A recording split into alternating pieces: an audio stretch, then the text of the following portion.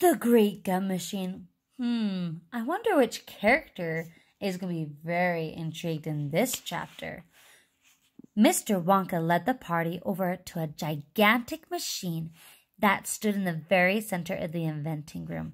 It was a mountain of gleaming metal that towered high above the children and their parents.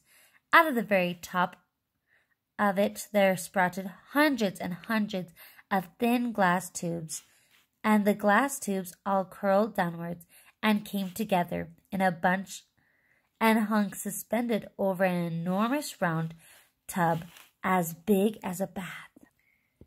"Here we go," cried Mr. Wonka, and he pressed 3 different buttons on the side of the machine.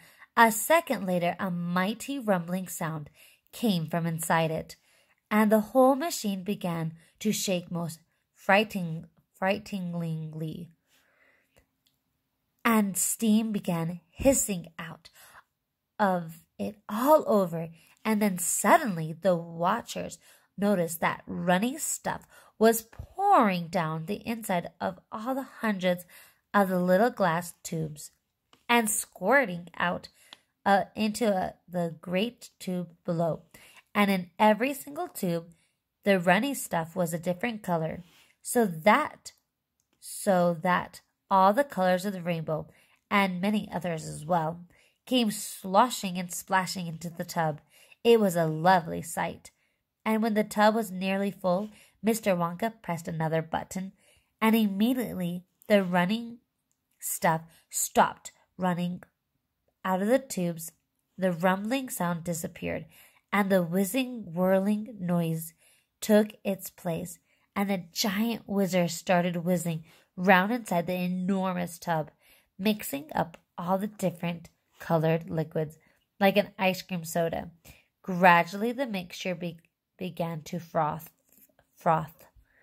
It became frothier and frothier, and it turned from blue to white, to green, to brown, to yellow, then black, back to blue again.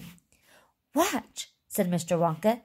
Click went the machine, and the whizzer stopped whizzing. And now there came a sort of sucking noise, and very quickly the blue frothy mixture in the huge basin was sucked back into the stomach of the machine. There was a moment of silence. Then a few queer rumblings were heard, then silence again. Then suddenly the machine let out a monstrous, mighty groan, and at that same moment a tiny drawer, no bigger than the drawer in a slot machine, popped out of the side of the machine, and in the drawer there lay something so small and thin and gray that everyone thought it must be a mistake. The thing looked like a little strip of gray cardboard. The children and their parents stared at the little gray strip lying in the drawer. "You mean that's all?" said Mike Teague, disgusted. "That's all?" answered Mr. Wonka, gazing proudly at the result. "Don't you know what it is?" There was a pause.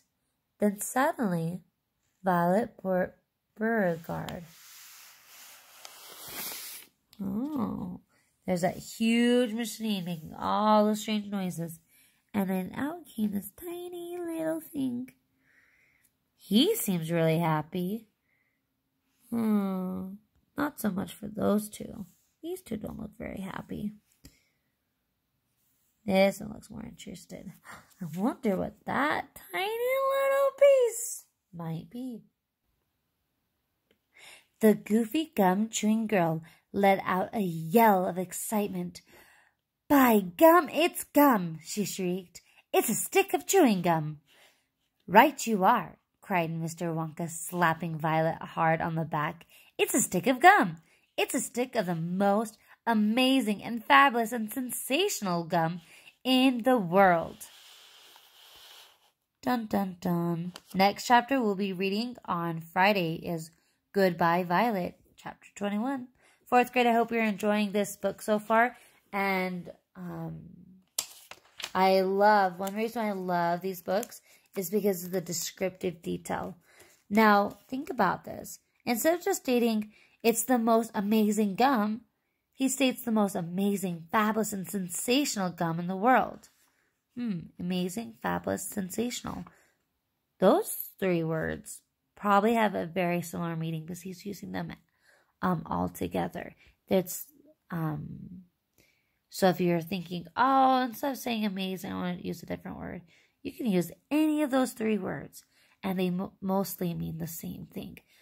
You guys are amazing. Keep up the hard work. I love all the reading that we're doing. And random fact, I made this weird little alien last year when I went camping, and I thought to have it with us today. Bye, 4th grade.